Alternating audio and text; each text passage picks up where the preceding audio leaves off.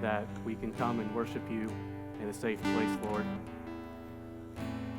Lord, I ask that you let the words that I speak may come from you, that someone here may need them be touched. In your name I pray, amen.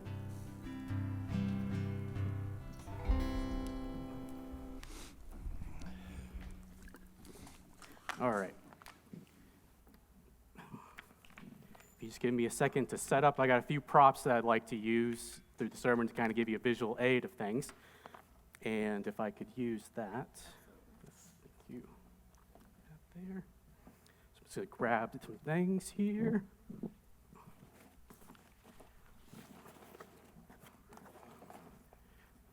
Oh, sure.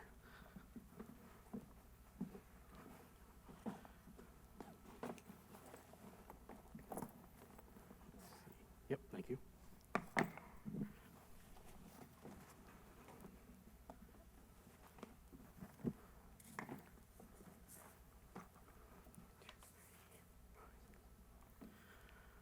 Okay. As you can see, the title of today's sermon is called Baggage. We all have it. And to kind of introduce myself a little bit, again, my name is Phillip Somers. My wife and I, we just moved down here back in July of last year. So still pretty new to the area, still new to all of you. You've probably seen this around a little bit. She, as Howard mentioned earlier, she is the English teacher at Tri-City Christian. I am not a teacher. I know many people have been asking me that. I actually work at the Greensboro Science Center about 5-6 days a week or so, or sometimes more. But if you haven't been there, I encourage you to check it out. It's not a plug for them, but seriously, you got to check it out. I was actually born in Indonesia, but I grew up in the United States. I was adopted as a baby, and I grew up in Indiana. Met my wife in Michigan in college, and after we got married, we moved to Maine. All of her family's in Maine, so we've been in Maine for the past 10 years. And I know it's been 10 years because this year is our 10-year anniversary, so yeah, I'm not going to forget that one, you know. Let's see, with that being said, today's sermon title is Baggage, okay? Now, everybody's got some baggage at home, I'm sure. You've got a bag like this, or maybe one that's a little bit bigger. You know, that's not what I'm talking about today. This is in context. Baggage is this emotional weight that you carry around with you. It weighs on your minds all the time, and it comes up in the most inconvenient times, and very randomly sometimes, at least especially for me. I'll just be sitting there doing my thing, and all of a sudden, I think of this event in my past for whatever reason, and it makes me go, oh, I regret that so much. Why did I think of that at this very moment? But you've probably heard the saying, to kind of give you more in the context, the saying of, you know, watch out, that person is carrying a lot of baggage. Or maybe you're in the dating scene and your best friend says, watch out for that one, you know, baggage. But if you think about it, we all get baggage from other people, and it's the things that they do and they say to us that we carry around with us. Like I said, these memories, these heavy feelings that weigh upon us. And the truth is, we begin to collect baggage as young children, okay? I'm sure if you remember when you were a student in elementary school, first, second grade maybe, and if our teachers here today, they probably have seen their students do it multiple times. You know, a student will call another student, or a kid will call another kid a name. Okay, they may not even know what that name means, and maybe they do, but they start calling names around. You know, some of the names are kind of innocent. You know, if there's a short person in class, they may get called Shorty, for example. I, for one, when I was growing up as a kid, I was the only Asian in my neighborhood, and I played basketball a lot with my friends, so I got called Yao Ming. Okay, Yao Ming was a very popular Asian basketball player as a kid, growing up as a kid. So if you don't know who he is, look him up. He's really, really tall. He's great. But anyways, all these different names. You get called names. You get left out of groups sometimes. Think of a time maybe where you were invited to a birthday party, but somebody else wasn't. Or maybe you were that person that didn't get invited to that birthday party. Or maybe it's something like in a team game at recess. You got picked last all the time because, nobody wanted you on their team, so they intentionally would pick you last. So believe it or not, kids, they're very aware of certain things. And when you get a group of kids together, they're very quick to point out differences in each other. The kids also hear things very well. And they're very quick to repeat them, even if they don't know what they mean. And when they do repeat them, eventually they will learn what those words mean. And it starts to take a toll on children as they age. Like I said, I still have memories from when I was a kid of things that were said to me or things that were said around me that I still carry around. But the idea of the saying, sticks and stones will break your bones, but words can never hurt you. It's a huge, huge lie. It's a lie that we teach ourselves. It's a lie we teach children because the reality is that words cut very deep and they hurt. And we carry those words around with us even at a young age. And when we carry the words around, we start to pick up baggage with us. But you can't find your self-worth based upon what someone else thinks of you. You have to find your self-worth with your relationship with Christ. It's not very easy, but as life gets older, you start to pick up more baggage and you start to hear what the world starts to tell you. And sometimes you pick up baggage from people who are close to you, like your best friends, your coworkers. There have been multiple times in my life where I've had to pick between two people because, at one time in our lives, we used to hang out together. We used to be friends. We used to go over to each other's houses, and we would play games or run around outside together. And then one day, my two friends, they got into an argument about something. I don't remember what it was at this moment. It probably doesn't even matter.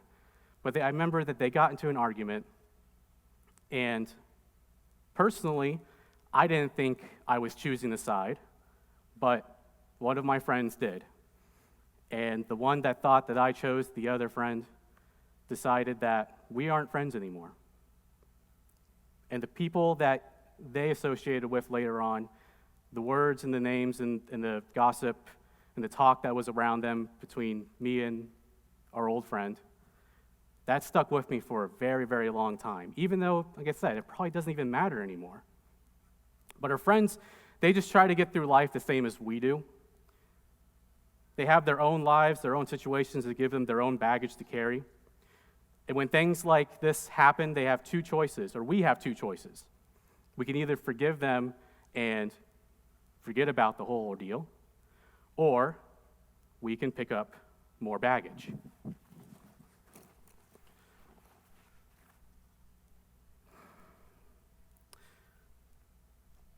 The truth is, we don't actually even need other people to put baggage on us because we do a pretty good job at dumping it on ourselves. When we compare ourselves to others and we think, man, they have it so great. They're so athletic, they're so smart, they get good grades. And then you look at me and I think, I will never be as smart as them. Why is life so easy for them and it's so hard for me? I don't know if I'll even make it. And when you buy into that lie, you just tend to pick up more baggage.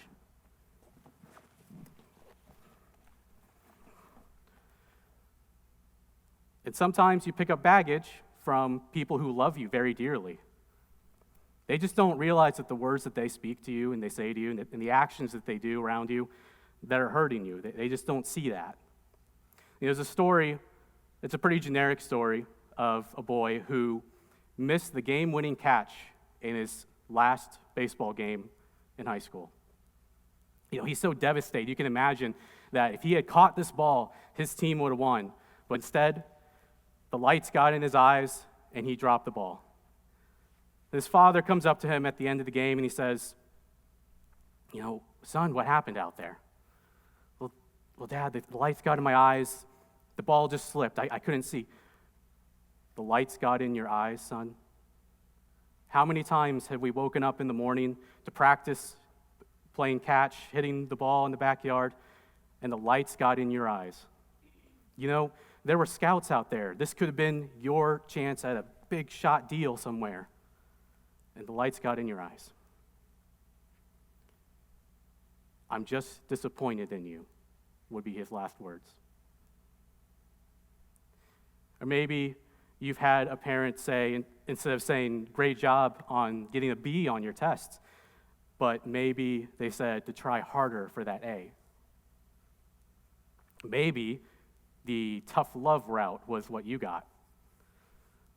And in reality is, your parents, our parents, they think that this is okay, this is right, you know? They believe wholeheartedly that this is what I have to do to make sure that you know I love you. But the thing is, our parents, they don't really mean to hurt us. They just have their own baggage. And when you don't deal with your own baggage, you just pass it on. Because remember, like I said before, the only way to find your self-worth is through a relationship in Christ. And when you don't do that, you just pick up more baggage.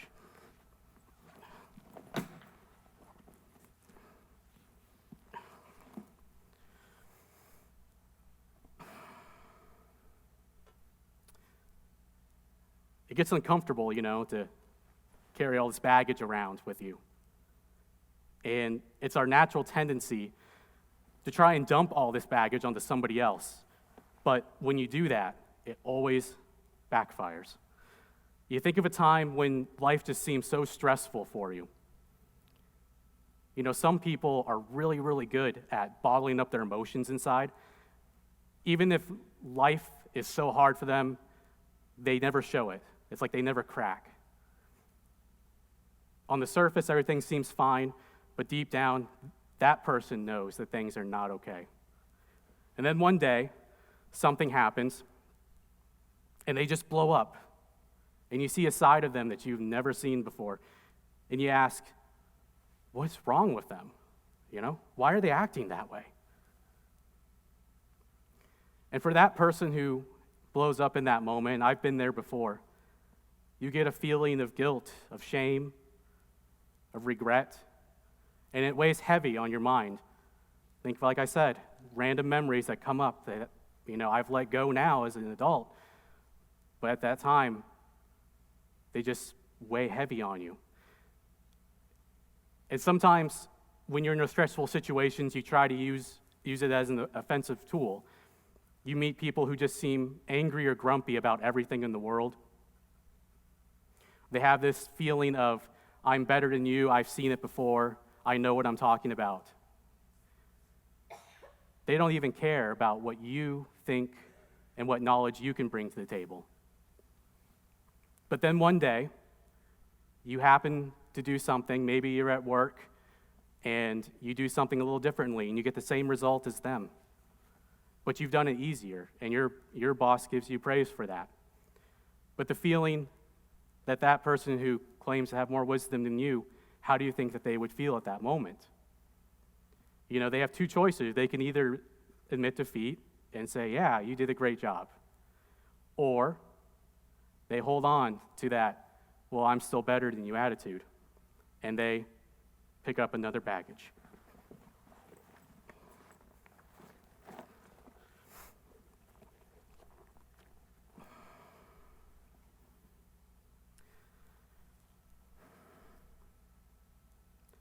Sometimes in life, it just gets hard to hold on to it all. And you start to lose control. And people see that. People around you don't want people to think, man, this guy's just, we just got to get rid of him. We got to get him out of our group. And unfortunately, that happens to a lot of us. I've been there before. I can share my experiences, but at this time, as I'm trying to get to this point here that I'm trying to make, and these bags are starting to get uncomfortable for me right now, I think we'll just kind of move right along. But you come around to the last bag.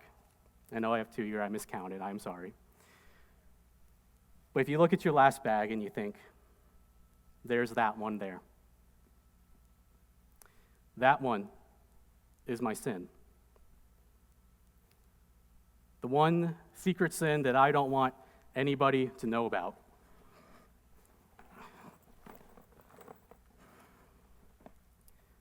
And you carry it around with you all your life, because that secret sin could be anything. It could be an addiction, it could be drugs, it could be alcohol, it could be lying, it could be all that and some. But on the surface, we think, it's cool, I got this, I can handle this. I'm a calm, collective person. I don't need anybody's help. But who are we kidding? Most of the time, all this has control of us. But this is how we live every day. And yet, we come to church and we're reminded of the words of Jesus. Let me turn this on here real quick to get to the next slide. Let's see, which way am I going? That's the wrong way. I'm new to this, in case you didn't know. And aim it that direction.